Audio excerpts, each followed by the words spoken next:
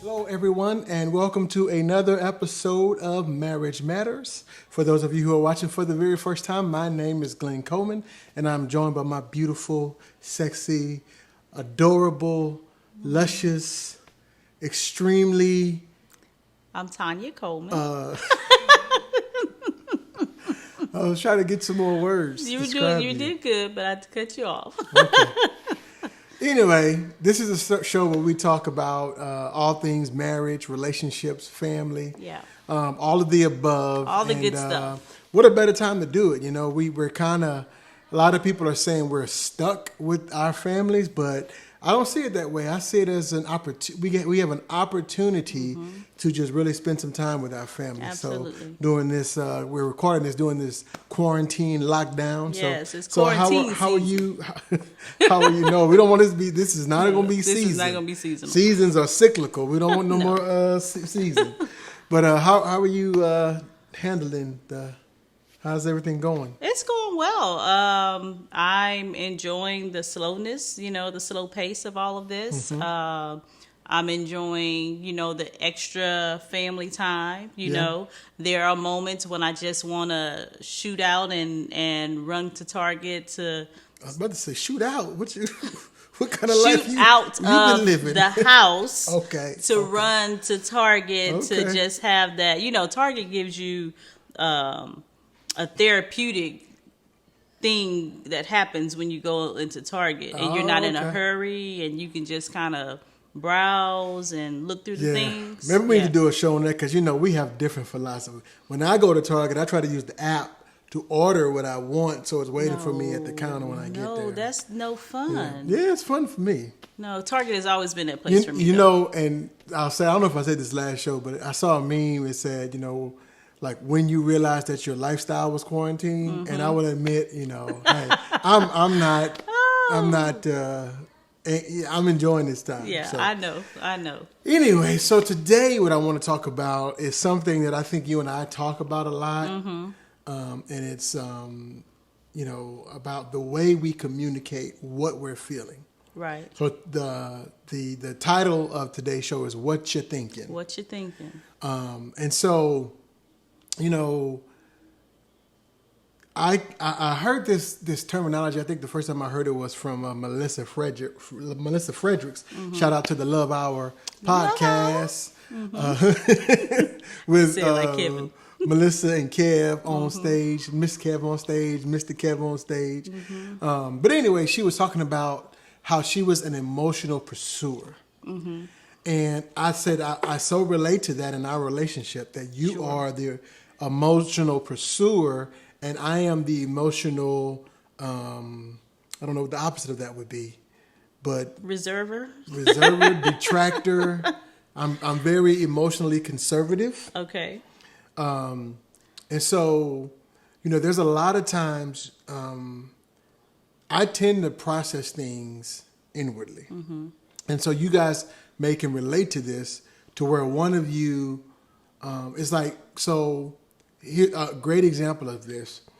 I come home from work, and what I want to do is I want to come in, I maybe want to get something to drink, and I want to sit down, maybe turn on the TV, and just be for 30 minutes.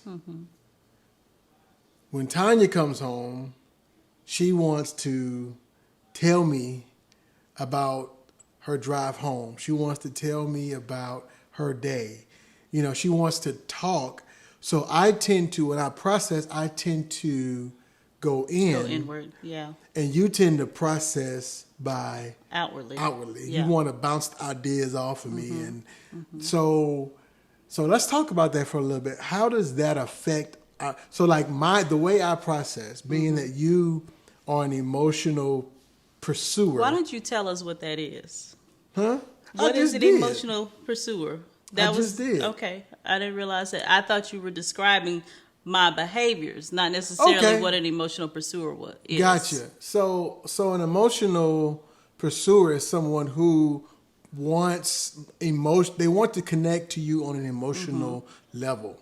So in other words, and it's like They want you to share your feelings. Yes, I'm all about it. it. They want you to say, here's how I'm feeling about this, or, they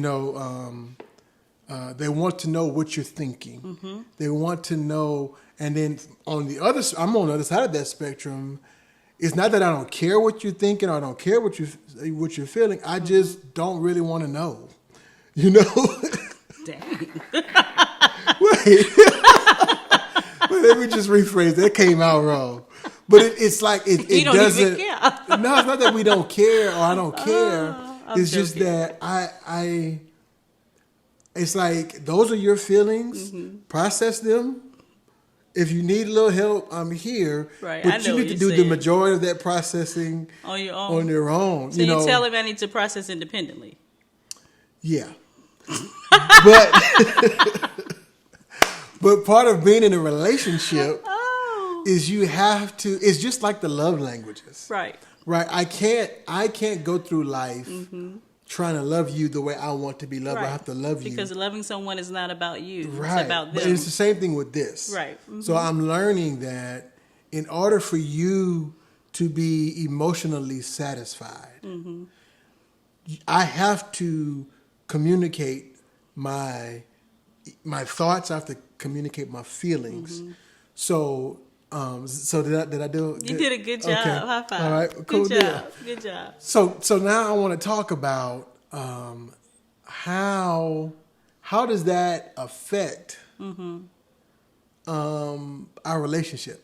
Okay. So let's do this. Let's do it this way. How did it affect our relationship, our marriage in the beginning, as to where we are now in this emotional pursuer, emotional avoider? Okay. Maybe that's a good way of saying it. Emotional avoidance, emotional pursuing. Yeah. So talk to me about that. So thinking about myself as an emotional pursuer, I'm all about talking about feelings, talking about emotions. What are your thoughts? Now, I feel like I've evolved into the talking, earlier on in our marriage. I was about the talking, but not as much as I am now, because sometimes I was afraid of what you were going to say. Okay. Can I interject in what you're saying? Okay. Just hold your thought. But when you said that, I think that's a big part of why, for me, I don't want to share. A lot of times, it's I don't want you to think of me, because I'm like, if she knows what I'm thinking, that may freak you out if you knew what I'm thinking. So that's why I think sometimes. But it freaks me out when I don't know what you're I thinking. know. You know what I'm saying? Yeah, I know. So I feel like now, I'm a big girl. Like, I can take it, and I want to hear it so that we can process through it. I'm all about having the hard conversations. We have to learn to have the hard conversations. I'm not speaking death. I'm not, saying all this negativity. What I'm saying is that there is something that needs to be addressed, and we have to address it so that we can fix it. Because when we don't, as we've talked about on many shows in the past, when we sweep things under the rug, when we don't deal with them, that pile just gets higher and higher. That white elephant sits over in that corner the entire time, just lurking, and the little bitty thing happens, and it's a catastrophe. And not because of the little bitty thing, and I'm getting ahead of myself, but because of all of the things that we have not dealt with. So I think as an emotional pursuer, the way when you're married to, and how did you say it? Emotional avoider. An emotional avoider, you have to, one, recognize who you're married to and understand that this area may not be as comfortable for that person as it is for you. So I too have to operate with some grace and some compassion and realize that this is not necessarily an area that you like to swim in, but it is also a need that I have. It's a need that you have, because most people, even when you don't like to deal or talk about your feelings, need to talk about them instead of just stuffing them down. And I think you said it's a need that you have. So you have a need to express those feelings and thoughts.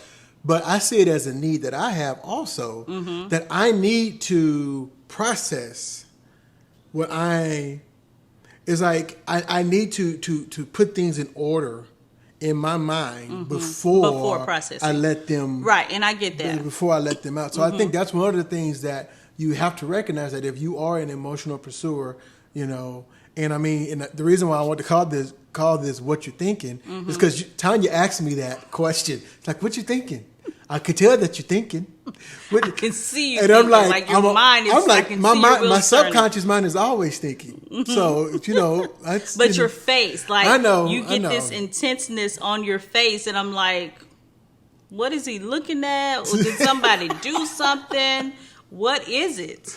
Yeah. Because when you get in that headspace of processing, it's so evident on your face. You don't do well with hiding how you feel outwardly. You know what I'm saying? Not in your facial expressions. You're very good at suppressing something that you may be thinking to say, maybe you should say, but you're very good at not saying, but it shows up right here. That, it's, I mean, all of it. It's just, it's there. So how does how does that affect you? How does since you're such an emotional pursuer, how does that make you feel whenever you know that there's something that I'm thinking, or that I feel aware about a certain thing, and I'm not willing to share that with you? How does that?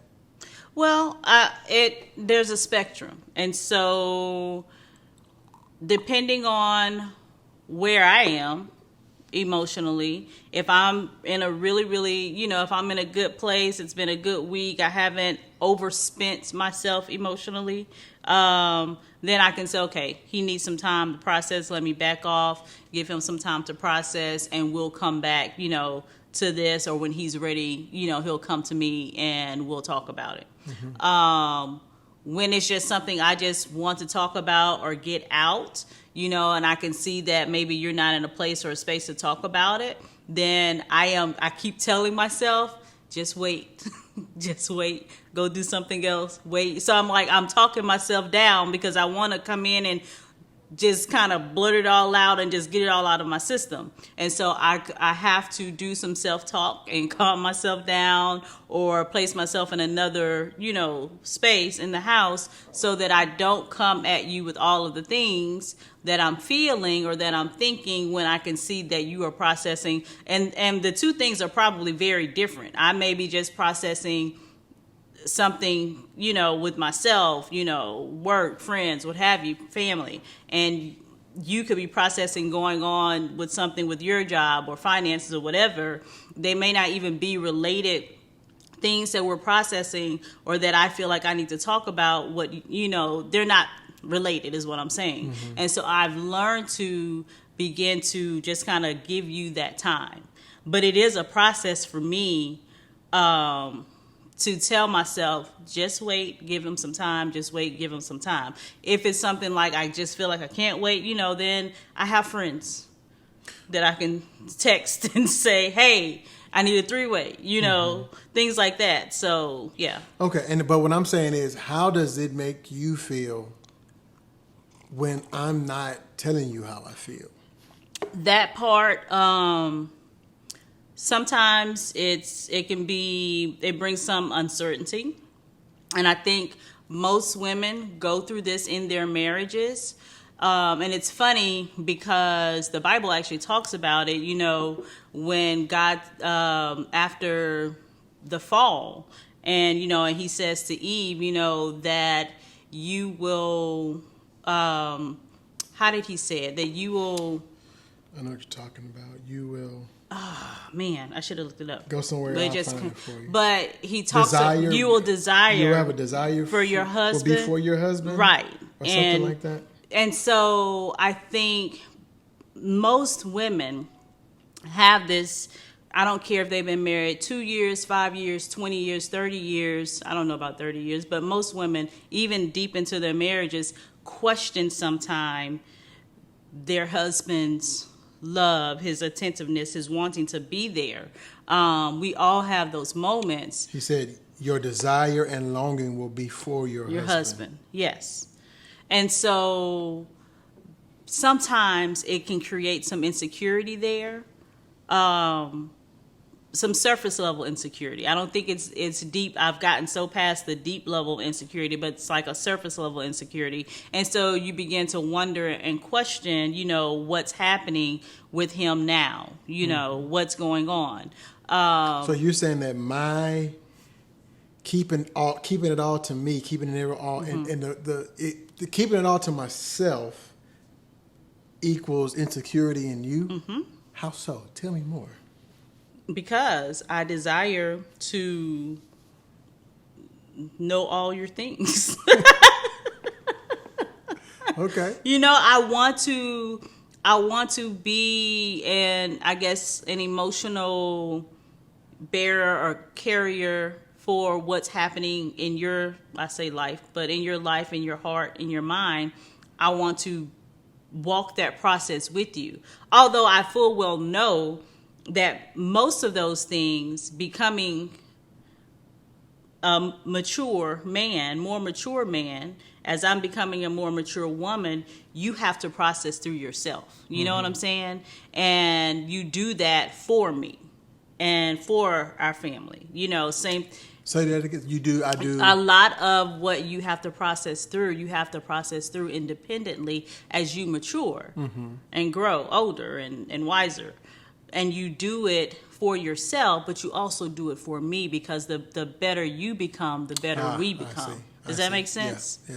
So learning to, that little insecurity may creep in, but I don't allow it to settle. Does that make sense? Mm-hmm. There was a time earlier in our marriage, early on, in my 20s, where I would allow it to settle. And so it's just like that distance, that feeling would weigh really, really heavy, whereas now it's kind of fleeting. Yeah, I remember, and I don't even know if we were married yet,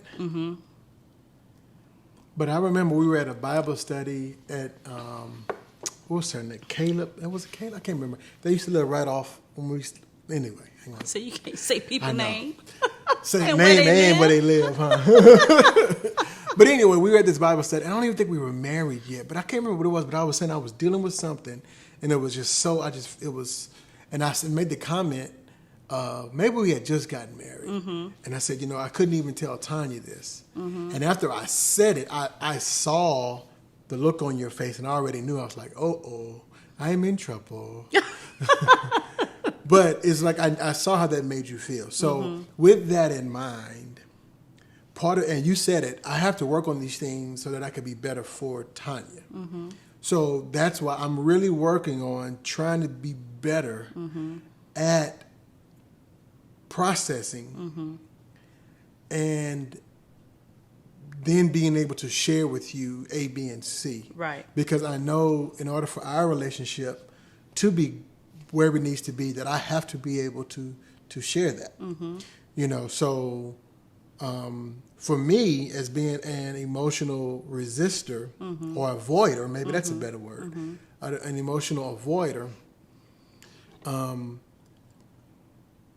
I too, and I guess so I'm kind of flipping it. So I wanted you to talk to, so what Tanya was saying as... Did it make sense? That's what I want to know. Yeah. Okay, yeah. So she was saying that she needs that, and it makes her feel like she's a part of me because she wants, and here's the funny part, you said you want to be an emotional carrier. And a lot of times I think for me, I don't share because I don't want to give you that burden. Right. Because it's like, I don't want to burden you with this. But anyway. Yeah. So, but she was saying she needs that. But she knows that she has to give me, she has to know to give me time to process. So in other words, she's telling me, here's what I need. And at the same time, I know I need to do this to give you what you need. And so as an emotional, go ahead.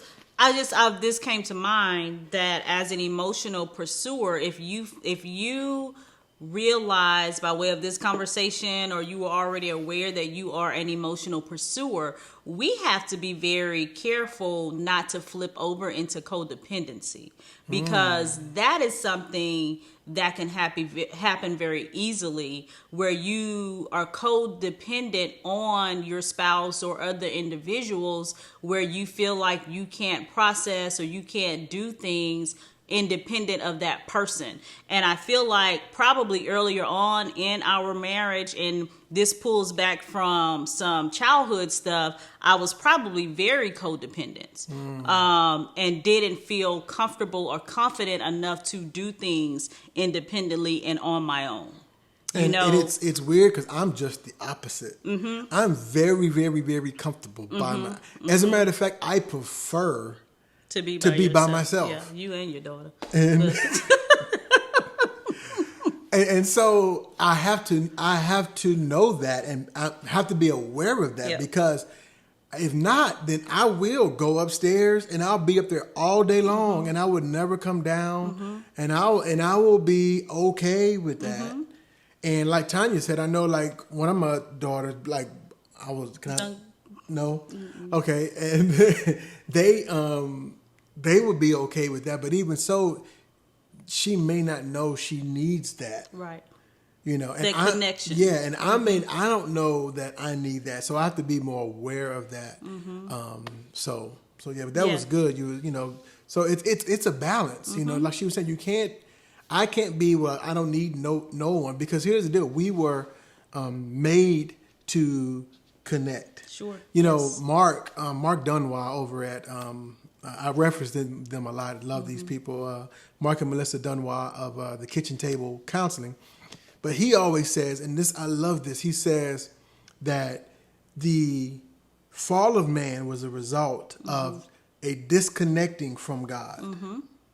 So he says that everything, every disease, corona, all of this stuff can be solved by reconnecting to God and to others. You better preach.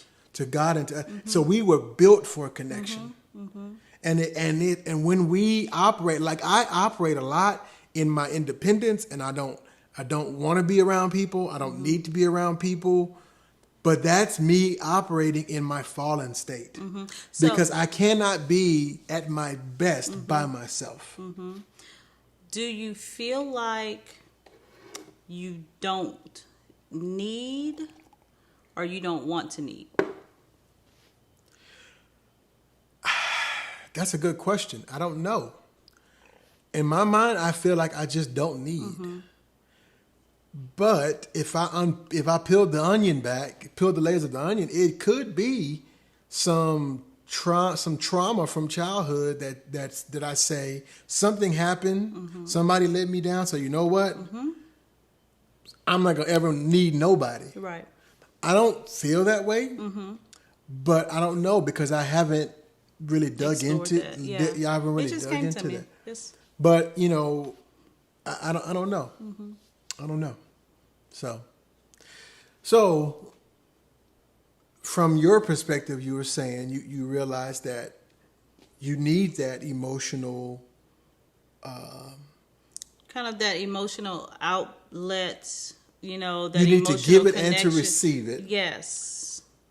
But at the same time, you realize that I need space. You need space, that you have to have some space to process what you're thinking and feeling as you are calculating and planning what it is you need to do. Because you are a fixer.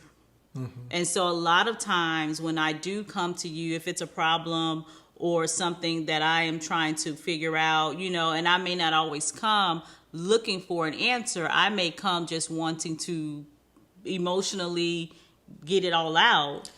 And you go in and you are trying to put all the pieces, and you just need to do this and you just need to do that. Well, you need to stop doing this and don't do that, you know.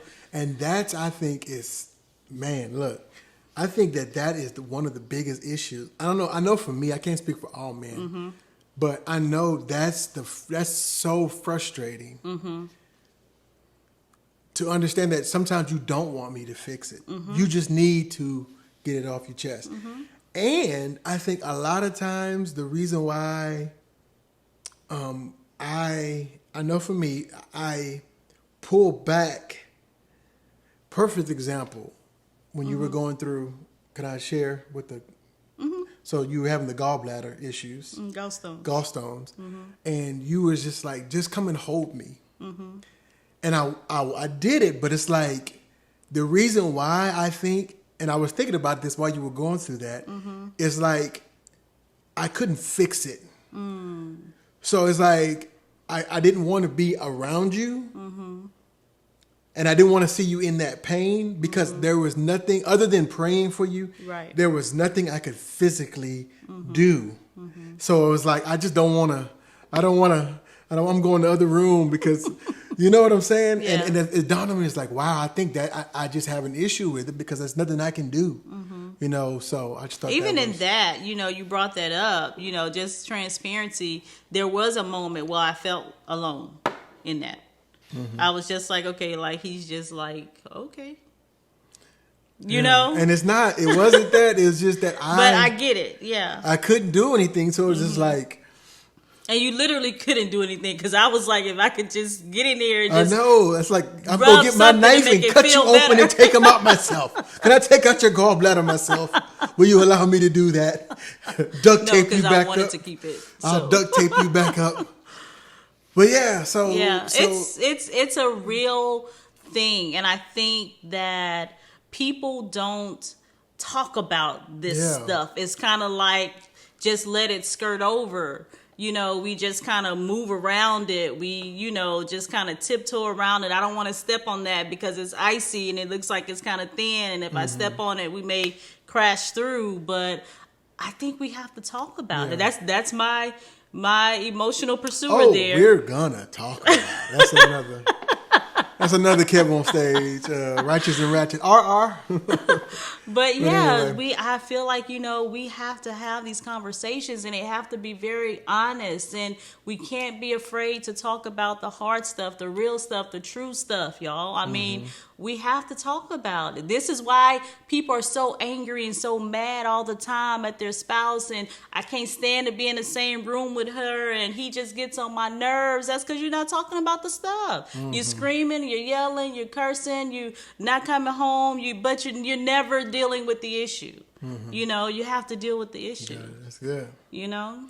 So, I just wanted to kind of go back and flip it a little bit as we, as we wrap this up.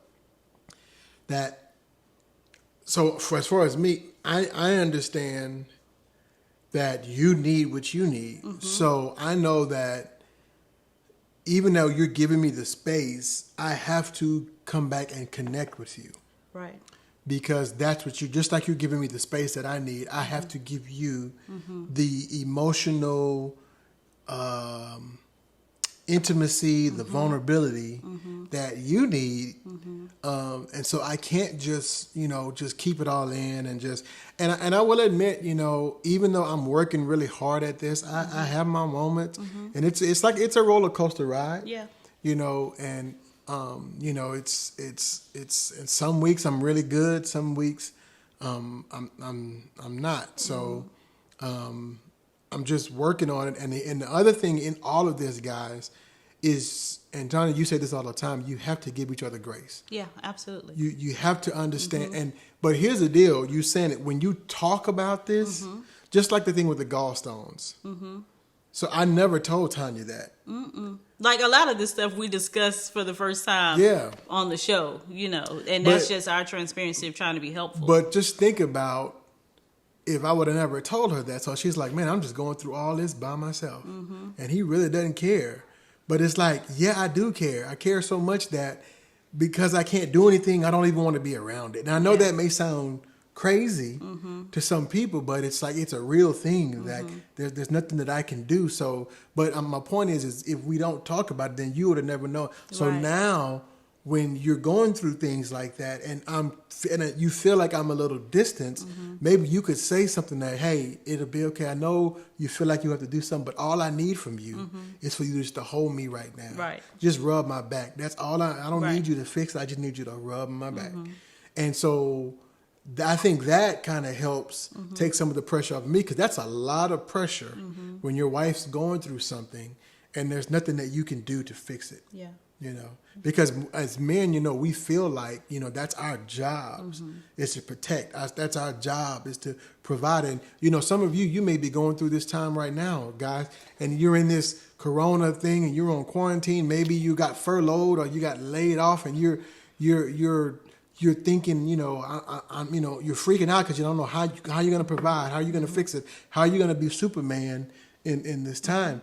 And what I'm going to tell you is this, that more than anything, your family wants you. Yes, more than absolutely. anything, more than the provider, the real provision that they need is you. Yeah. They need you to be there. They need you to spend time. We talked about time last week. You know, they need you to spend the time with them. They need you to talk to them, and not just, you know, like with my kids. You know, I said, you know, I don't want. Every time I say something, I remember this is one time I was upstairs and Bailey was in her room, and I was like, Bailey. And she came out the room, sir. And I was like, I just want you to know I love you. And she was like, wow. Because I was like, that's bad, because obviously every time I call her, it's because something's wrong. Right. And I'm correcting her, about to telling correct her her to do about something. Yeah. Right. So that's what I guess that's my little spiel to all of the guys out there, all the men. It's like, man, and I don't know where we and got some women too, because you have couples who those emotional roles are kind of flipped. They flip. Yeah. Right. Yeah. You're right. So, but yeah, that this was good. A good subject. So. Yeah. So just remember, guys, that, you know, first of all, you need to identify and be honest and do a self-assessment. You know, am I an emotional pursuer? Am I emotionally avoider? You both may be emotional pursuers, which I probably couldn't be around you because I just, I'm joking. But even more dangerous thing is if you both emotional avoiders, where you never talk about anything. You always, you know, and, you know, just always be working, like you said, Tanya, be working on your thing, you know, like you talked about the insecurity. So I need to work on that and understand that just because if he's kind of withdrawn, that doesn't mean he doesn't love me. Right. There's no reason why I need to be insecure about that. Right. You know, and at the same time, you know, for me, that, you know, it's okay for me to share my thoughts and my feelings and things are okay. And I have to know that this woman loves me. And if I should feel safe to no end, babe. with telling my deepest, darkest fears, thoughts, all of those things, you know, it should be this person. Yeah, you absolutely. know, and we gotta trust each other to be able to do that, and that takes time. It takes work, and grace. Grace, a whole lot of grace every day. Grace. And I remember it, and we'll close with this. But I remember we had we was right after we shot a show. I think we had a really intense sharing moment, and I remember you got up and walked out of the room when you were crying, and I could have said, "See, this is why I don't do that. See, this is why I don't. This is why I don't tell you nothing." But what I did was I was like, you know what? I was honest with her. I told my truth. And look, it's my truth. So if my truth upsets her, then I just have to give her time to process. She went, she did her little crying, and we came back and finished the conversation. And we grew from that moment.